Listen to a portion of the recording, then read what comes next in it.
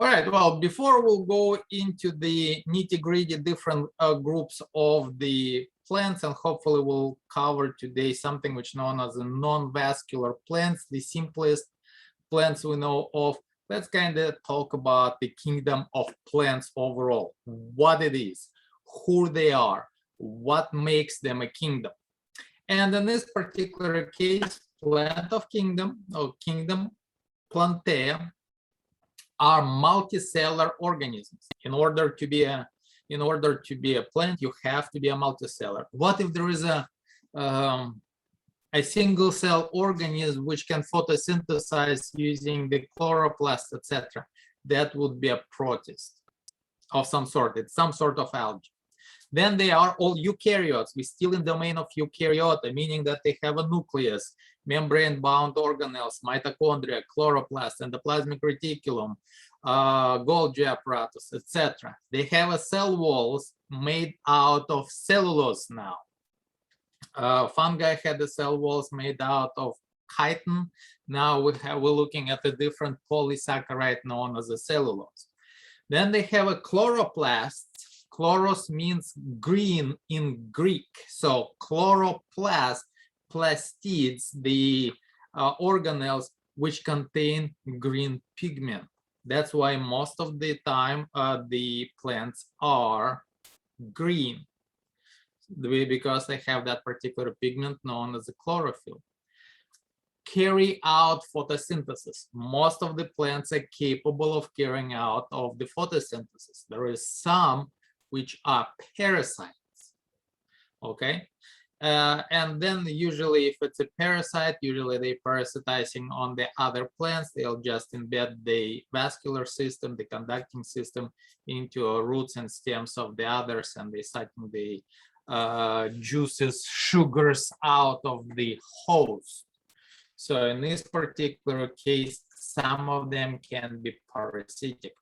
As a matter of fact, on that particular picture, you'll see a bluebonnet, right? The state flower of Texas. And then there is the red ones, which are known as the Indian paintbrush, the common name of that particular plant, Indian red ones, right?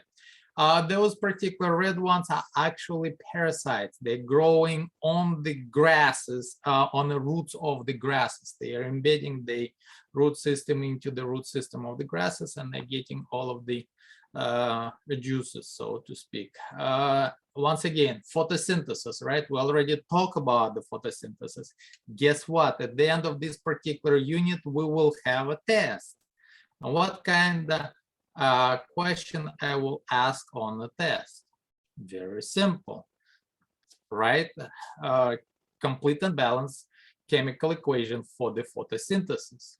And of course, they perform cellular respiration, therefore, I will ask for that. It will be on the test. So if you don't know, if you don't remember, you're not sure, put it in the chat box and I will write it down once again for all of you guys, the way how I'm looking for the simplest way. Don't really have to do much, but the simplest way, so you understand that plants taking carbon dioxide, combining with water, with the help of light, giving something sweet, sugars. They are producers.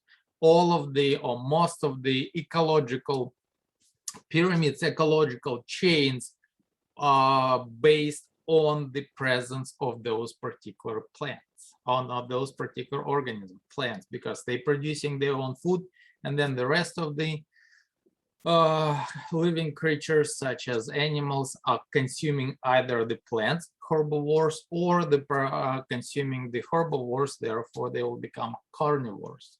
So understand that two of those reactions are essential for life on Earth. And then they have a very strange thing known as the alternation of generations. What does it mean? And please, this is one of the most confusing parts for some of the students. What does it mean of alternation of generations? We'll talk about that. I'll introduce it. I will explain it over and over and over again. All of the plants have alternation of generations. What does it mean? Well, let's kind of put in the perspective comparatively to the animals, us. We don't have the alternation of generations. Me as the parent generation, whenever I'm producing or helping with the production of the next generation, my sons, I am diploid organisms. My sons are diploid, or my kids are diploid organisms as well. They are having exactly the same number, hopefully. There's always aberrations, but hopefully they have exactly the same number of chromosomes as I do. I have 46, they have 46, 23 pairs, right? That's animals, different kingdom. Now, what happens in the plant? Why it's alternating? The diploid generation of plants will produce haploid generation. Haploid generation will produce diploid, haploid, diploid, haploid, diploid. Alternating haploid generation will give us a next stage, which will be a diploid generation. All right. And we'll talk about the overall trends on how the generations are changing on in the different groups of plants. In some cases, plants are predominantly haploid generations taking over. In most of the cases, we'll see that most of the groups of the plants ended up having a diploid generation as the predominant. But we'll talk about that later. Once again, alternation of generations, haploid gives the diploid, diploid will give the haploid generations. Now, for approximately first 3 billion, again, remember that Earth is about 4.6 billion of years old. The terrestrial surface was lifeless. Not much of the things can grow there. In some of the wet spots, probably we had some of the bacteria. There is a possibility of some sort of fungi, but not much. Generally, it was lifeless. Why? Because there was no food. As soon as the plants start colonizing the land, well, actually, it started with algae, but they start colonizing the producers. Remember, they are making their own food, and the eaters of those producers start moving in. So now we start seeing on all of that particular diversity on the surface. Before that, the life was exclusively or almost exclusively in the oceans and the freshwater bodies, but in this particular case, water, aquatic life. Now we have a terrestrial life. So most likely the land plants evolved from the green algae. We talk about the Chlorophyta. And those particular, there is a special group of the chlorophytes known as the charophytes. Charophytes, that's the group of algae within the green algae, and most likely they were ended up on the kind of area near the aquatic body of water. We're talking about salt, maybe an ocean. So they start living into a wet environment, and then they evolve taking over the world essentially. And then of course as the plants start moving in, the animals followed, because now there is a food, less competition, more oxygen, and all that particular stuff. So how do we know that those particular charophytians are roughly 450 or so millions of years ago give us the land plants? Well, there is quite a few similarities between that particular clade or group of algae and the green plant, or green plants. Overall, remember we're talking about the cellulose. The cell wall is made out of cellulose, and whenever the cellulose, different algae creating that particular cell wall in the different patterns. Charophytians creating rose-shaped complexes. I guess it looks like a rose. So in this particular case, the green plants making the cellulose wall in a very similar way. Next one, of course, is the peroxisome enzymes. And Bio 1, you did that particular, you should, especially if you did the face-to-face class, you're taking the test tube, adding some fresh potato juice, and then there would be the oxygen coming out. Peroxisomes are specific enzymes which breaks down peroxides. Peroxisomes enzymes in the charophytians and the green plant are very similar in structure. The flagellated sperm. Now we're talking about the actual sperm, which is a flagella on the back. Everything is fine. The structure of the sperm in the Charophytes and the plants, very similar. Not exactly the same, but extremely similar. We are talking about homologous structures, right? Not analogous. So, and then there is a structure for the cell plate. Remember, during the mitosis, whenever the cell, plant cells divide, it will create the vesicles, bubbles of the cellulose, which start merging in, creating the cell plate to separate two daughter cells. So in this particular case, the formation is very similar between two of those groups. In addition to that, well, of course, the chlorophyll is pretty much the same, the structure of the pigment the same, and then we are comparing the DNA, and here we're looking at the multicellular algae Charophytes. That's the algae. Now we're looking at the simple green plant. So in this particular case, the structure of the chloroplast, as well as the chloroplast genes and the nuclear, the genes within the nucleus are very similar, well, quite similar to each other. So in this particular case, this is the modern one, of course. It's not the one which gives us the land plants, but something similar to that. In addition to that, why do we think that the Charophytes were able to move on the dry land? There is a special layer of the polymer which creates around the spore, to prevent the zygote from drying out. And it's made out of sporulinine. Exactly the same type of the polymer would be pretty much protein, which will be covering the spores of the simple plants, something which is known as a seedless plants. And then, of course, we are looking at the structure of the spores, very similar as well. But their land plants are not Charophytes, because now they start, after they start conquering the dry land, they come up with their own set of traits, which is putting them in a separate kingdom. So protists, and this is where we have the land plants coming out. So in this particular case here, we're looking at the small cladogram. So ancestral algae split into a red algae. They're predominantly using a slightly different pigment in addition to the chlorophyll. Chlorophytes, the green algae, are using the green pigment predominantly. And within that particular clade, we have the ancient Charophytes, roughly 400 or so, 50 millions of years ago. Charophytes kind of got on a dry land, and because of the very specific or unique abilities, they were able to start evolving, changing in that particular environment, giving us the green plants. Right now, we're still in debate, do we need to include Charophytes as the green plants or not? So we're not going into specifics about the botany. If you're interested in the plants, that would be wonderful. We have, I think, Central Campus still offering the botany class. I'm not a very huge fan of botany, to tell you the truth. I know it, I just not enjoying it. The plants are kind of not boring, but they are very, very weird, have a very weird or unusual ways to do things, unlike the animals. Once again, my background in the zoology in animals, specifically entomology.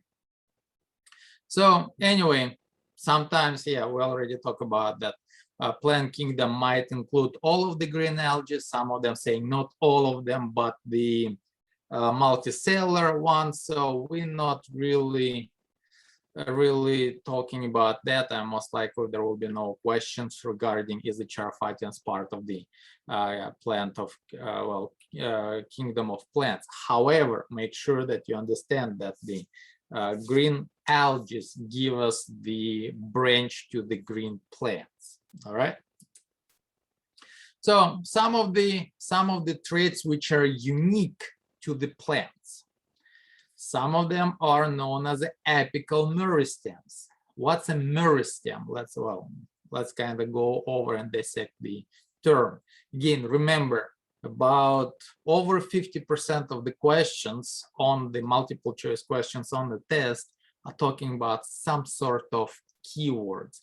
I'll try to make a list of the major keywords for that particular unit. Maybe it will help you within the for the lecture test. Anyway, apical meristem. What's a meristem? Meristem is basically embryonic tissue, the one which is dividing really, really fast. Now, apical meristem.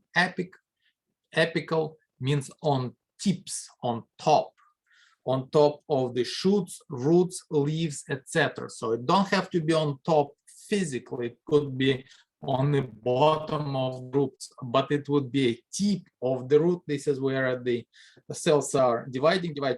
As a result, the root is growing.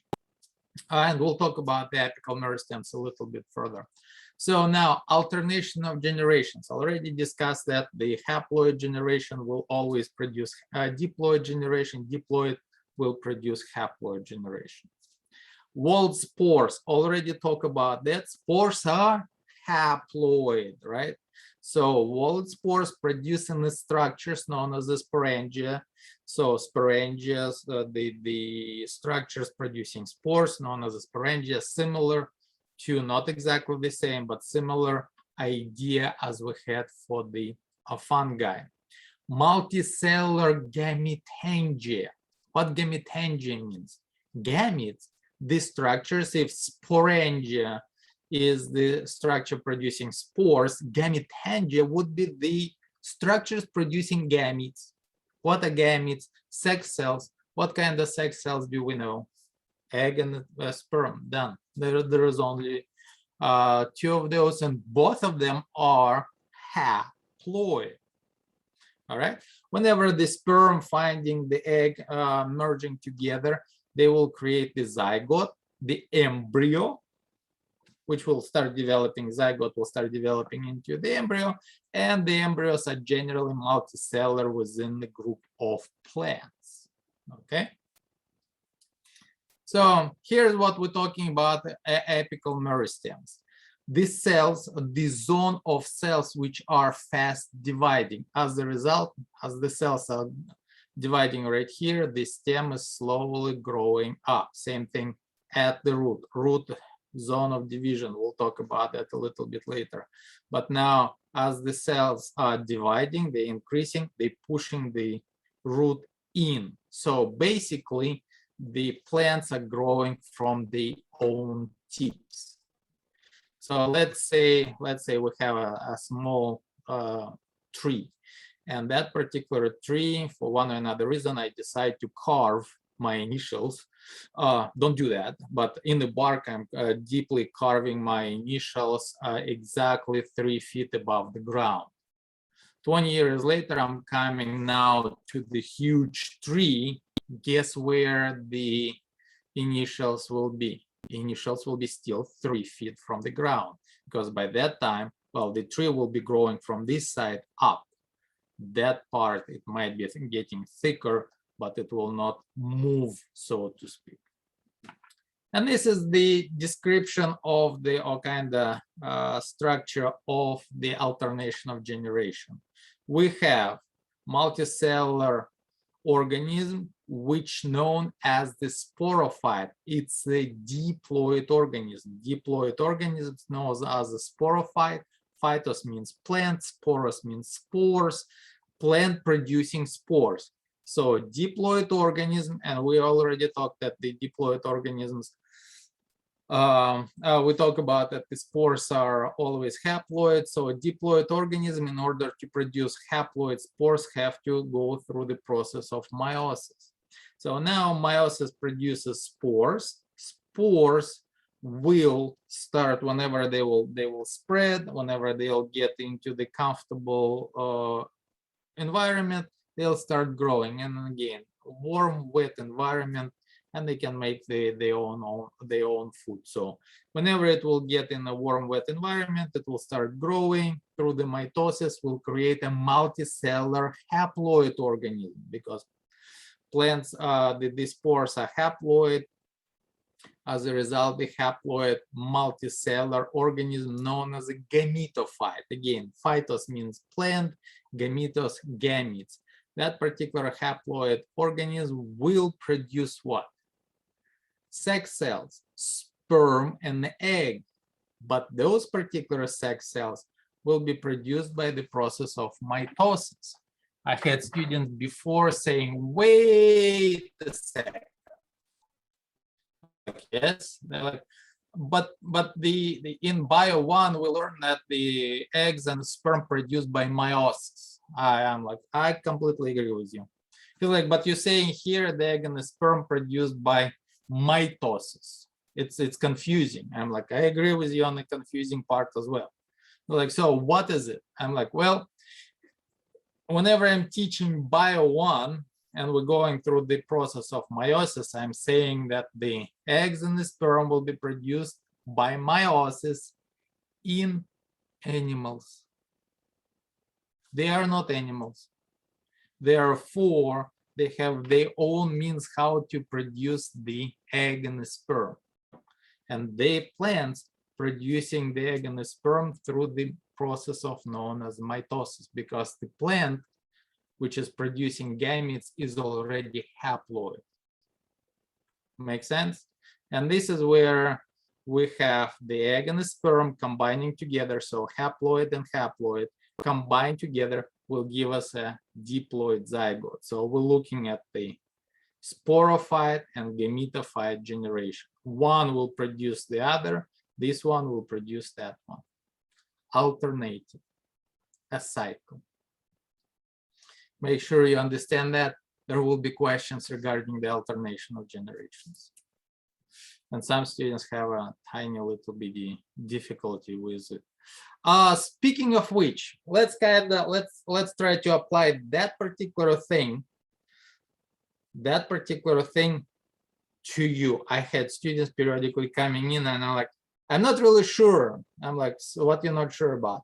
I'm not sure if I'm a sporophyte or am I gametophyte.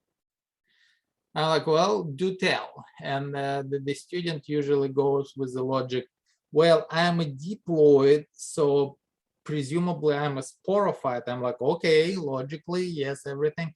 And in my sex cell, well, in my sex organs, I have the process of meiosis, which is also indicating that I'm a sporophyte.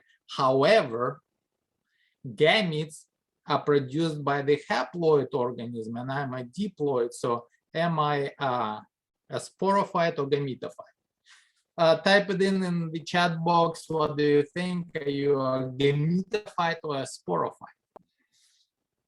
Please, let's kind of see what you have, and I'll take a couple of seconds for you to. Sporophyte S, gametophyte G. So are you a gametophyte or are you a sporophyte?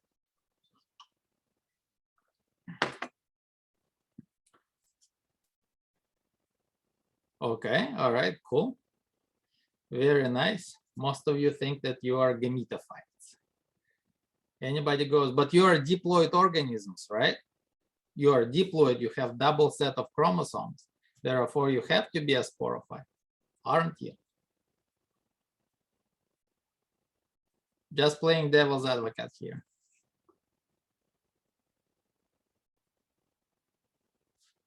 Anybody else?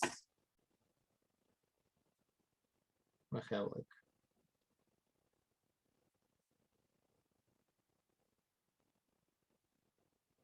All right, good.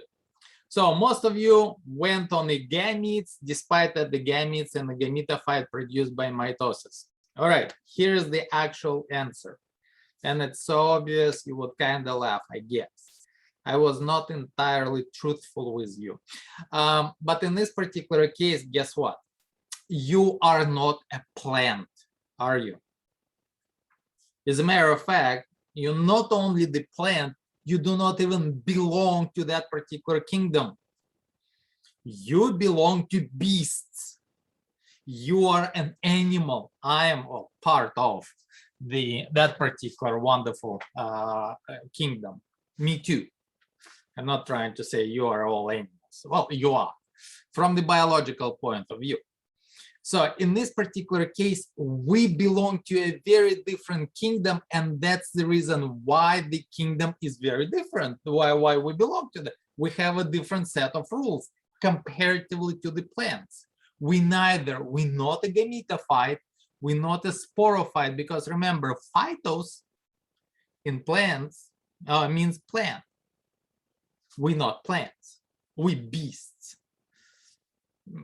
We belong to that particular. So be careful with that. But yeah, generally a good idea that we are gametophyte because we're producing gametes. I see the logic, but we are multicellular. Well, we are diploid. So be careful with that. All right. Anyway, spores, you can see that they have a walled spores, and we'll talk about the spores. And again, spores are haploid. And then today you will see in the lab those particular structures known as the archegonium and antheridium. One of them is producing sperm, another is producing eggs, and we'll discuss that today, which one produces what. And then the embryos, multicellular embryos, and in this case it grows straight out of the parent from the gametophyte, and that's the sporophyte. So as soon as we start talking about diploid, that's a sporophyte, haploid is the gametophyte. All right, moving on. Cuticle. Do we have a cuticle? Yes, the top of the skin called cuticle, right? What does it do in humans? And I know we're not plants, we just established that. But in humans, what the cuticle do? If we'll remove all the cuticle from the human body, what's going to happen? The person will die. From what? From the infections? No, we have antibiotics from that. From pain? No, we have other drugs for that. From the dehydration. The cuticle, our skin or top layer of the skin, is protecting our organisms from losing too much water. Same idea for the plants. They have a cuticle which is doing exactly the same thing, same function. It's analogous to the animal cuticle, to the human cuticle. It's not the same. It does the same function because at some point of time, plants had exactly the same issue on the dry land. One of the problems are to dry out. The environment outside and inside is drastically different. If you remove that cuticle, they will start drying out. So now we have a cuticle which is basically protecting the plant from the same thing as ours, from drying out. So fossil evidence. Fossil evidence, we know that it is about 450 or so, roughly somewhere between 500 to 450 millions of years ago, and we have quite a nice microscopic fossils. So in this particular case, spores. Some of the scientists say maybe it's not the plant spores, maybe it's like a fungal spores, or God knows, maybe it's a spores from some of the algae. Some of the algae might produce structures similar to that. So there is still a debate, but now we're looking at the fossilized sporophyte tissue. Multicellular, most likely a sporophyte tissue. And those particular structures has been extracted from the rocks, which are approximately 475 or so millions of years old. Remember, we were talking about 500 millions of years ago, we had Cambrian explosion of life, the period during which a lot of multicellular groups, not organisms, but just groups, like plants and fish and the arthropods come up, evolved on this particular planet. So this is how those particular first plants most likely look like. That's a representation, a graphical representation of something which is known as a Cooksonia. As you can see, it's a dichotomous branching out, and on tips of those particular small branches, it had sporangia. So in this case, this is again right next to the water or slightly in the water. Water is required, most likely was required for the reproduction. We'll talk about that today, but this is how it looked like. As a matter of fact, if we'll go about 400 millions or 500 millions, 450 millions of years ago, that would be approximately how the landscape look like. We have some sort of rivers and basically the grassy cover with that particular Cooksonia. What about those structures? We found quite a few of those, and they can be found throughout the world. Most of the scientists, you can say, well, that looks like trees. Most of the scientists thinks that that was the very special structures from the fungi. That was the sporophyte, or not sporophyte, spore-bearing structures for the fungi. Anyway, so overall, this is how we will approach this particular topic of botany in our class. So we'll talk about the non-vascular plants, then we'll move to the vascular plants. And then the vascular plants will have two general groups. Seedless, they're not producing seeds, they continue to reproduce with the spores, so that's considered to be a more primitive way. And then seeded plants, the plants which come up with the wonder of the seed.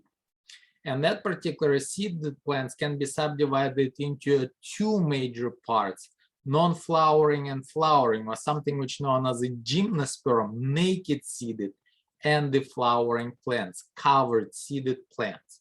And we'll talk about what makes them naked, what makes them covered, and so on. So, but this is a general idea. Today, we'll talk about this particular phylum. It says phylum, in botany it says division. I don't really see a huge difference between them, but yeah, to be in botany, it's basically referred as division, but it's the same thing as a phylum for the rest of the organism. So I guess botany is making it a little bit harder. So if you'll use phylum or division, make sure that in botany, in my botany, we can exchange it easily. So we'll talk about the Hepatophyta, known as the liverworts. About 9,000 species of them exist.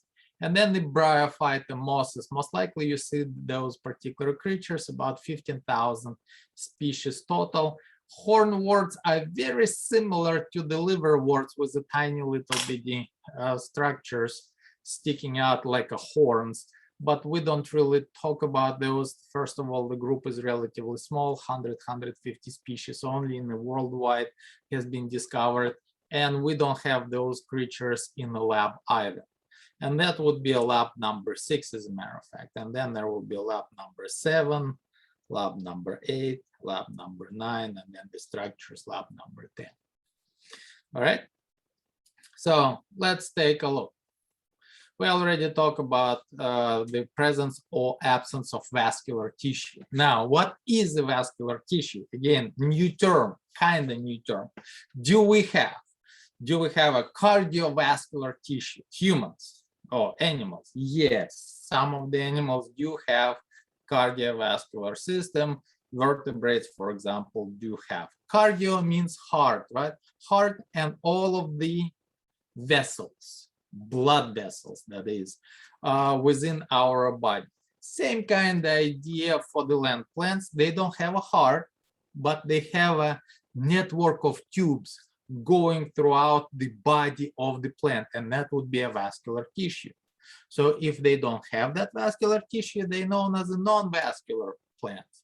And then whenever they have that particular conducting tissue, highways, if you wish, to transport what? Sugar, synthesized sugar from the leaves or leaf-like structures down through the body of the plant, and then from the roots or root-like structures bring the water and the minerals so they can be combined into something which is known as a sugar. So this is the major highways.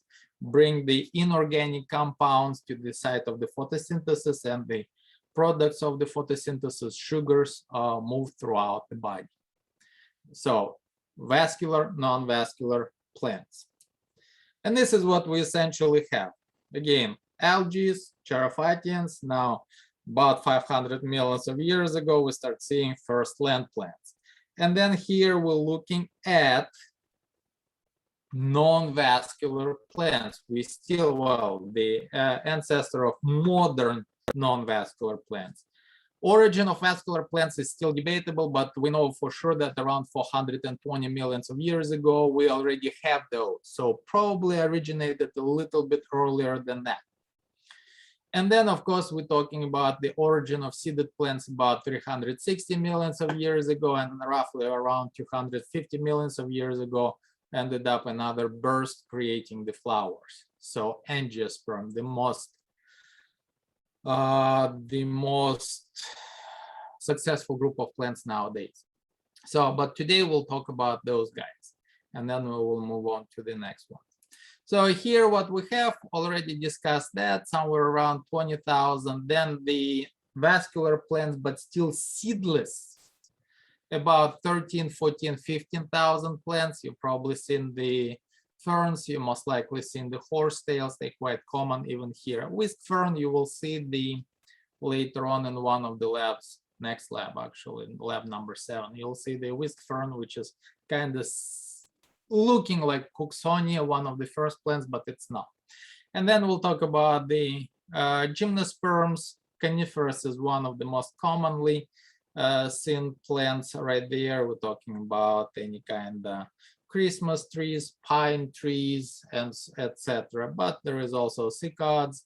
You might heard about the sago palms. I have several sago palms on my backyard and in my front yard. That's the group which belong to that particular group. And then, of course, angiosperms, any kind of flowering plant. If you ever get flowers, roses, daisies, anything with the visible plants are flowering plants, but also some of the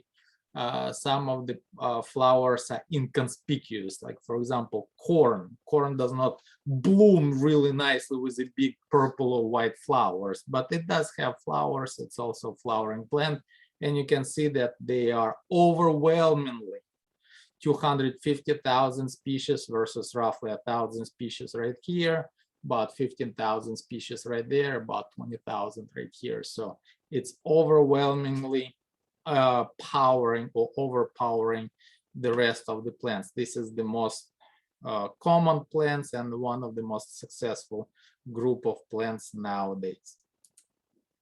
So let's kind of talk about the mitosis, just kind of refreshing your memory.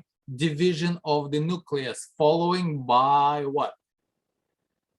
Cell division itself, right? Cytokinesis.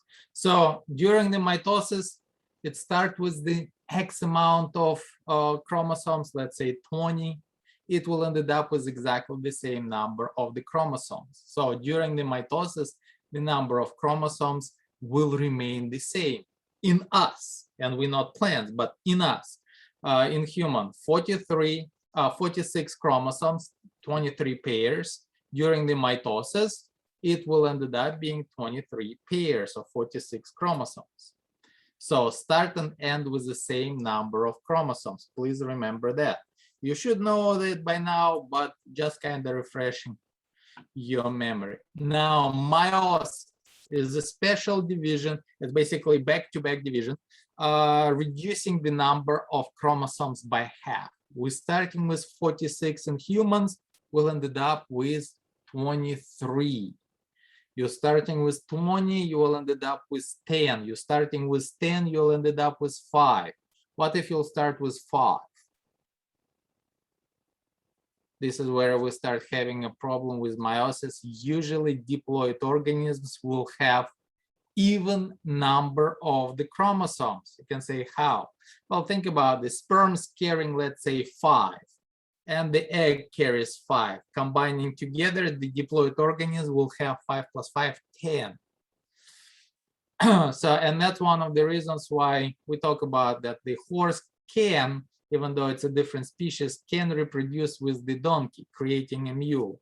If I remember correctly, horses have 64 chromosomes, donkeys have 62 chromosomes. As a result, the mule will have 63 chromosomes. Odd number cannot go through the meiosis properly. As a result, mules are generally infertile organisms. So diploid versus haploid. D means 2, so double set of chromosomes versus haploid, single set of chromosomes. For example, for us, diploid number is for humans 46 chromosomes, or 23 pairs, and that's why it's called 2N. 23 twice, and one set, 1N, would be 23 for humans. Now let's take a look. Alternation of generations. Remember we talked about that? Diploid organisms, so 2N, known as the sporophyte, through the process of meiosis will reduce the number of chromosomes to whatever the half of that is, and that would be a haploid number of chromosomes, and this is where the spores are produced. Remember, spores are haploid, and that's the sporophyte. So sporophyte through the process of meiosis producing haploid spores. Spores are going through the mitosis, dividing, creating a multicellular organism, haploid organism, known as a gametophyte. And with the process of mitosis, it will produce gametes, eggs and a sperm. And then the egg will meet the sperm, or sperm technically will go to the egg, merge together, creating zygote, and that would be the first cell of the diploid organism.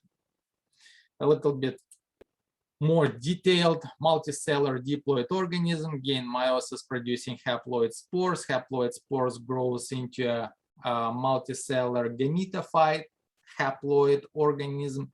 Haploid organism through the mitosis will produce gametes, egg and a sperm. Fertilization occurs. Zygote is the first step of the diploid generation, also known as a sporophyte. So please make sure you understand the alternation of generations in plants. This is one of the examples for the ferns. So we have a gametophyte, and you will see it next time in a lab, known as the Irish Valentine, because it looks like a heart, I guess, and it's green, and green of course is the color of Ireland. So anyway, this is the sperm bearing structures. Antheridia would be kind of on the side of that particular thing, and it's a tiny, it's a speck of green. You have to use the microscope to see it in details. Those structures will contain eggs. The sperm come to the egg, fertilize it, and it start growing into something which is known as a zygote. And zygote is the diploid organism, and overall it will grow into a sporophyte, so in a full-grown fern. If you'll ever go to any kind of box store, big box store, which sells the ferns, or if you might even have it as the plant, potted plant, you're looking at the sporophytes. Sporophytes is diploid. It will produce spores on the back of those particular leafy structures known as fronds. And then it will produce tons of spores. Spores will be spread out, usually through the air, and it will grow into the gametophyte. Oops. So, yes, meiosis makes spores. Make sure you understand that. That's why they quite often referred as the myospores, right? We discussed same ideas we had it in the fungi. So now let's take a look what else we have. Yes, meiosis and the spore production start the gametophyte generation. And then, of course, the gametophyte. So here we have meiosis producing spores. That's the beginning of the gametophyte in the special structures known as archegonium and antheridium. This is the gametangia. Gametangia is the structures, multicellular structures, which produce gametes. And of course, by now we talk about the sperm and the egg. All right. So now there is a three possible relationship between the gametophyte and the sporophyte. So whenever you're looking at, well, the first one, gametophyte is dominant. What does it mean? Whenever you're looking at the plant, you're looking at the gametophyte. The sporophyte will be either short-lived or it will depend completely on a gametophyte. And this is the non-vascular plants have that. Bryophytes, the hepatophyte, liverworts and mosses will have that. Now, gametophyte and the sporophyte are independent from each other. That's the ferns. We have the Irish Valentine, tiny little bitty one, and then the fern. Both of them are free living.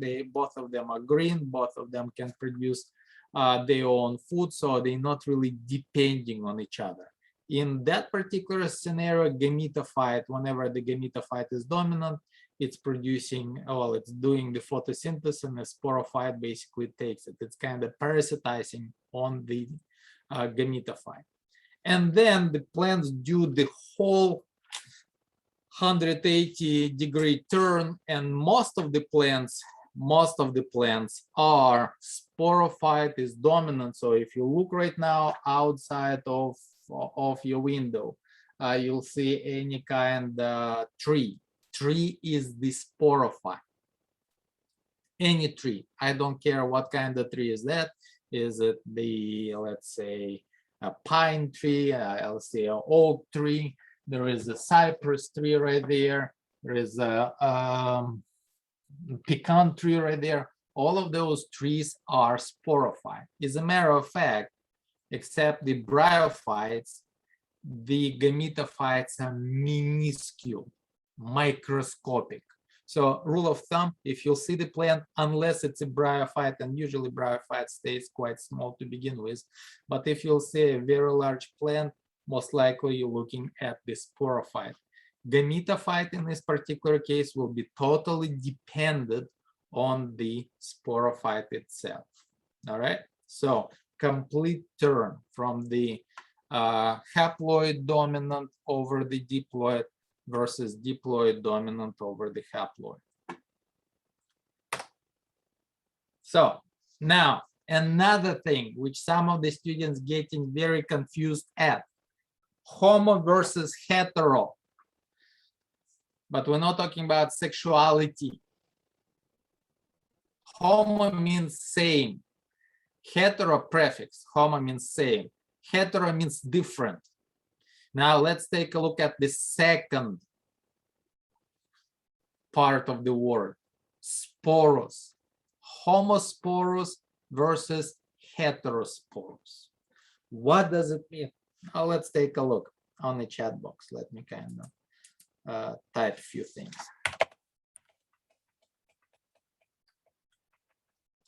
Oops.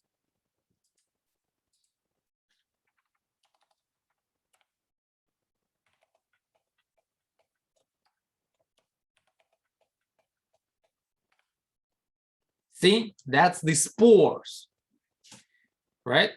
And they all approximately the same size.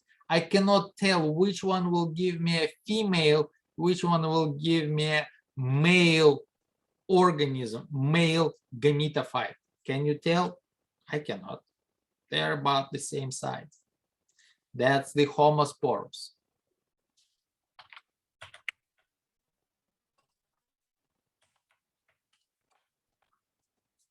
All right, now let's take a look on this.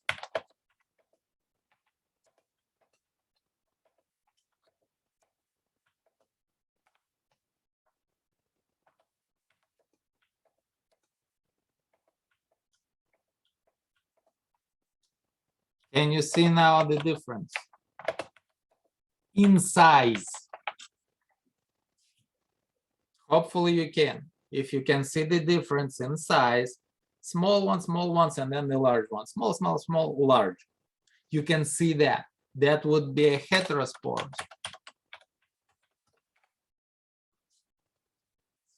Once again, nothing really to do with the sexuality of the plant, because quite often students start saying homosporous are like each other and the heterosporous like different ones.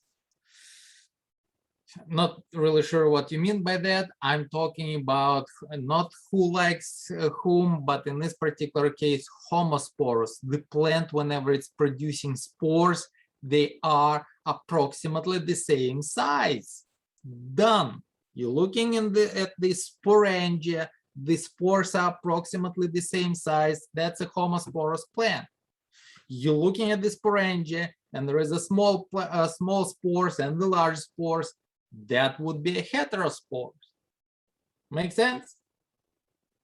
So now, microspores typically will produce the male gametangia or male plant, and then the female will be, well, female spores, or these megaspores will produce a female plant or plant bearing the archegonia female parts, and therefore it's called megaspores. So in this particular case, make sure that you understand heterosporosity versus homosporosity, and we'll cover that again during the lab number 7, and the question will be on the test. See, it's a nice yellow, so make sure that you understand the difference between two of those. All right, so all gametophyte are gametophyte dominant plants. So today we'll talk about the non-vascular, are homosporous. Means whenever we'll start looking at the slides during the lab today, you will see that the spores are approximately the same size. As soon as we'll start seeing the sporophyte becoming dominant, we start seeing the heterosporosity occurs. Some of the spores, the female will take care of the female. Female spores will become larger, while the male spores will become smaller. All right, so seedless plants, already talk about the mosses and liverworts, ferns, horsetails, and club mosses. All of them are reproduced with spores only. Today we'll talk about the mosses and the liverworts. And this is the first one.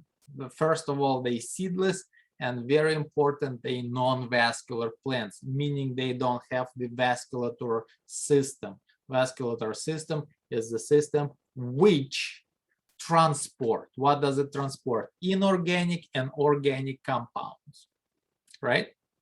Because they don't have a specialized transporting system, everything, well, they do transport those particular sugars and inorganic compounds, but it goes slow through the passive diffusion. Therefore, they generally do not grow tall. You will not be able to see the size of the tree. Impossible. They will not be able to fast distribute those particular chemicals. There will be not enough water coming into the photosynthesis, and the sugars will not be delivered to all of the parts. So in this particular case, bryophytes or non-vascular plants stays relatively small, couple of inches tall. That's pretty much tops. So no vascular system, hence the name non-vascular plants. So here what we see quite often, they'll create like a cover on the ground. So that is non-vascular. As soon as you start seeing trees of some sort, you start talking about vascular plants. They drastically increase the size as soon as they all ended up with a vascular system. So mosses, non-vascular plants, will stay small. They will live on the bark rocks, as well as they will form some of the soil, usually wet places. They require water for the reproduction. We'll talk about that in momentarily. Yep, must live in the places which are wet because they need that for the reproduction. Now, no true roots, stems, or leaves. Why not? Because they don't have a vascular system. Every single true root, true stem, and true leaves will have the conductive system going through that particular part or organ of the plant. If they don't have it, it's still not a true. It's like leaflets. For the stems, it will be using as a stipe. Most of the time we refer to as the stipe. And then for the roots, we will talk about the rhizoids, root-looking like structures. Make sense?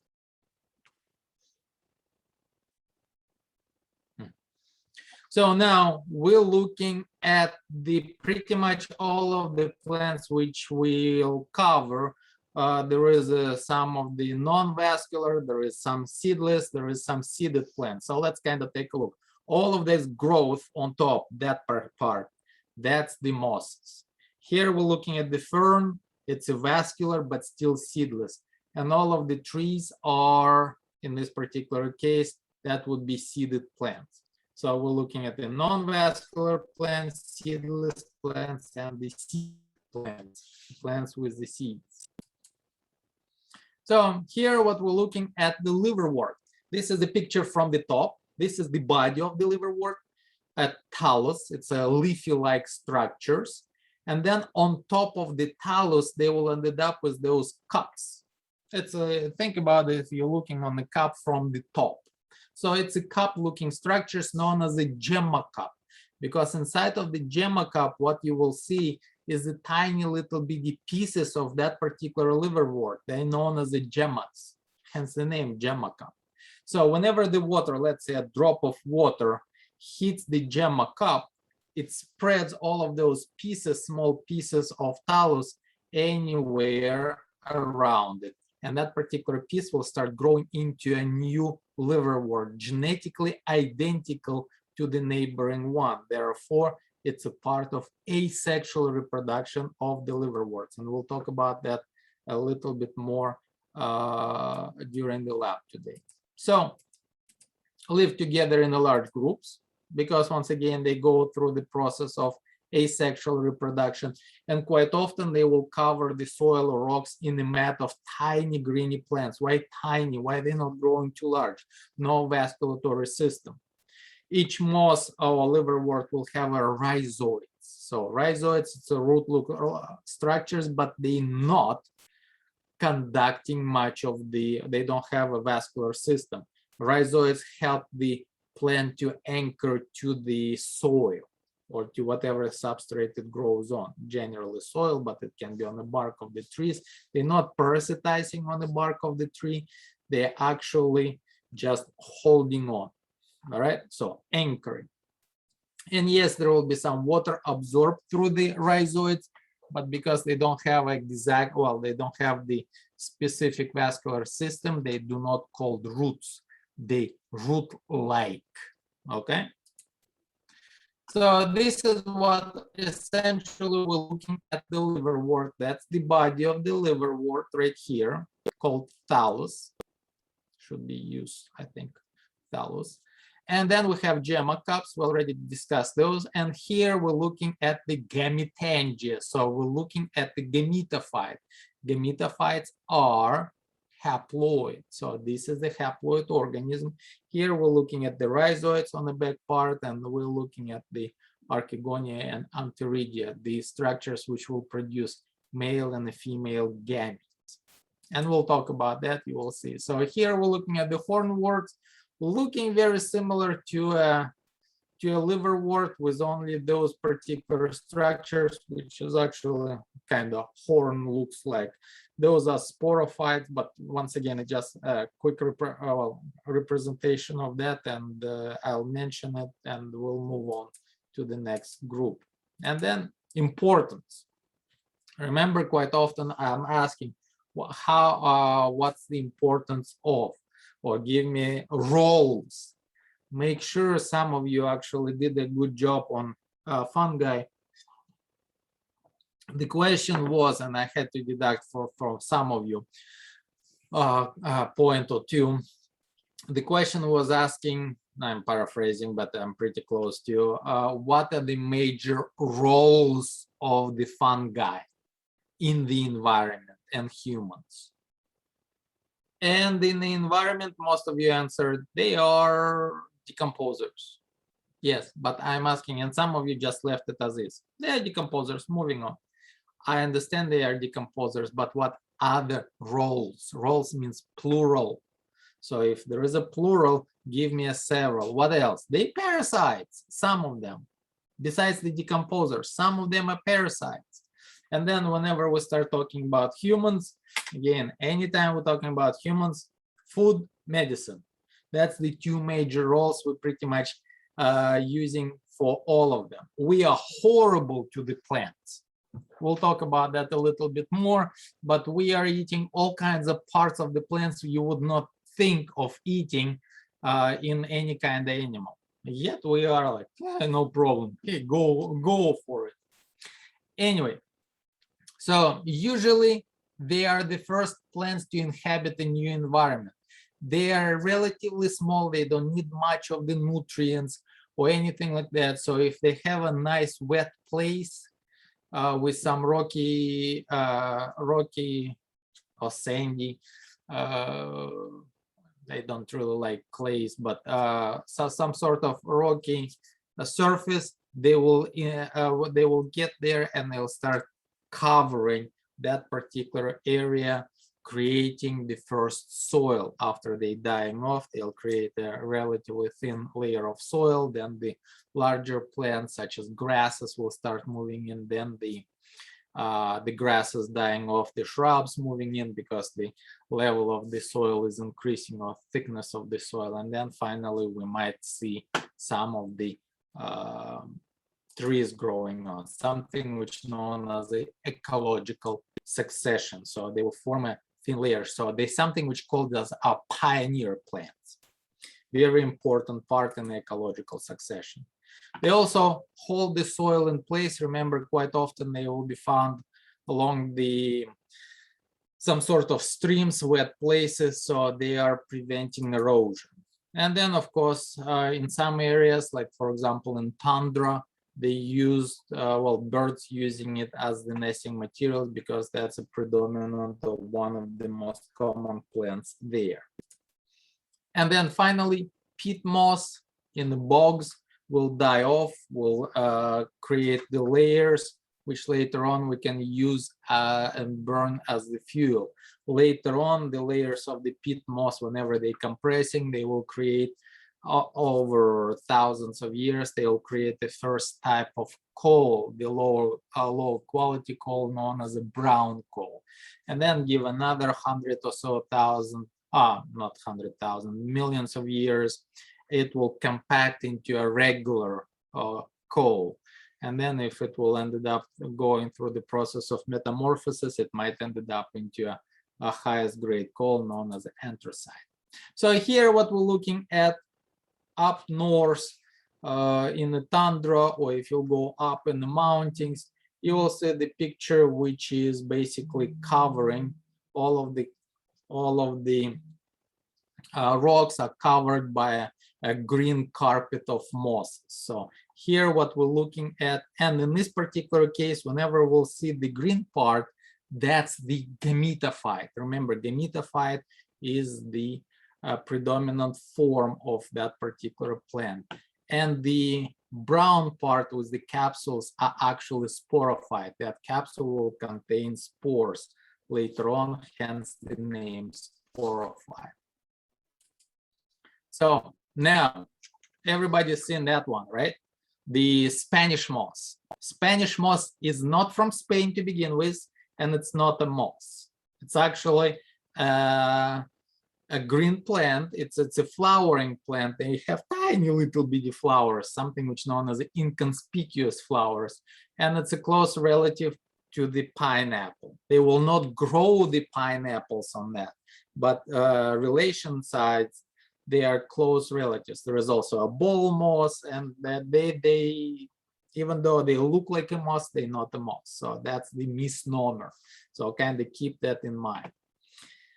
Anyway, so here what we have, mosses are quite often associated with any kind of wet places. They live along the swamps, bogs, rivers, etc. So in this particular case, one of the main important part that the water is required for reproduction, similar to the amphibians, the frogs and the salamanders, they have to go back for the water to reproduce. Same kind of idea. As a matter of fact, they quite often refer to as the plant amphibians. It's not entirely correct, but so in this case, the water is required for what? For reproduction.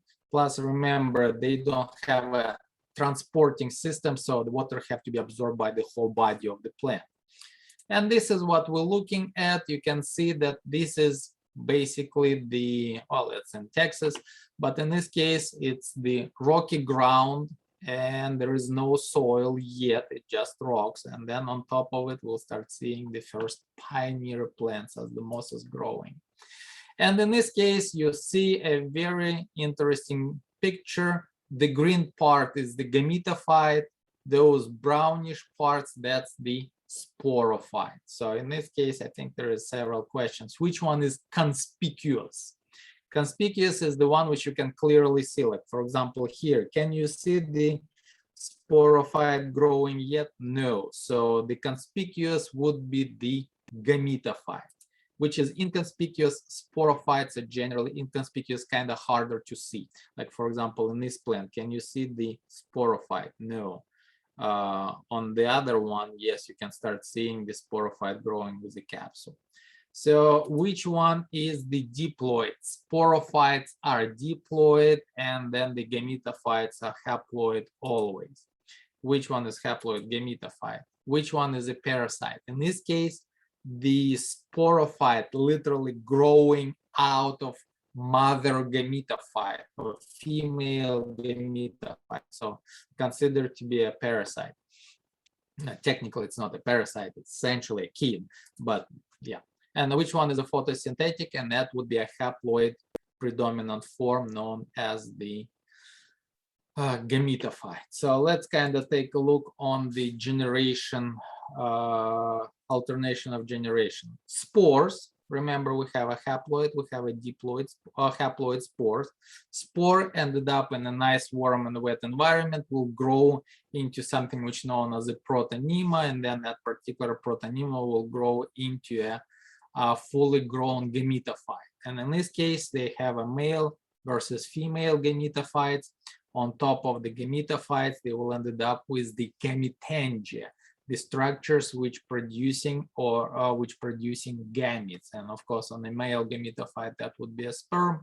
On a female gametophyte, it would be the eggs. Now, in this case, meiosis occurs in what generation? Meiosis occurs right here, see? It occurs in the sporophytes. Even though it says female gametophyte, the green part is the gametophyte, the top part is actually sporophyte, and the sporophyte will produce inside of the sporangium, and this is where meiosis takes place to produce the spores. So now, this is the sperm producing structures, and again, remember the water required, because water have to be dropped so the sperm can swim, literally swim through the gametangia, something which is known as the archegonia, into the egg and fertilize the egg. Whenever the egg is fertilized, so now we're looking at the diploid structure, that's the first step into the sporophyte generation. That cell will start dividing, getting all of the nutrients from the female gametophyte, and it will start growing into the, fertilization occurs into in the archegonium. And now the zygote, the first step of the diploid generation, will start growing, and eventually will grow into a full developed sporophyte. Within the sporophyte in the capsule, the meiosis will produce myospores. They would be genetically different from each other. All of those sperms are technically the same. So yeah, which structures are diploid? Sporophytes are diploid, structures are haploid, are gametophytes. So yeah, same kind of idea. All right, so alternation of generations. Yeah, that's kind of displays, talks about that. Spores are dispersed, and then so on and so forth. Now, archegonium and antheridium, which one produce what? Antheridium produces sperm. Archegonium produces eggs. Very easy way how to remember which one is which. Look at this. In the middle of the archegonium, there is an egg inside. I know it's misspelled, E-G-G-G, so there should be E-G-G, egg. But in this particular case, you see archegonium, E-G, egg. it would be producing eggs. Antheridium, if there is no EG inside, therefore, if there is no egg inside, it produces sperm. Make sense? Hopefully you will remember that. So most life cycle. So the green part right here, all of that green part is the gametophytes, and those brownish yellowish parts are sporophytes. Sporophytes would literally grow on the gametophytes.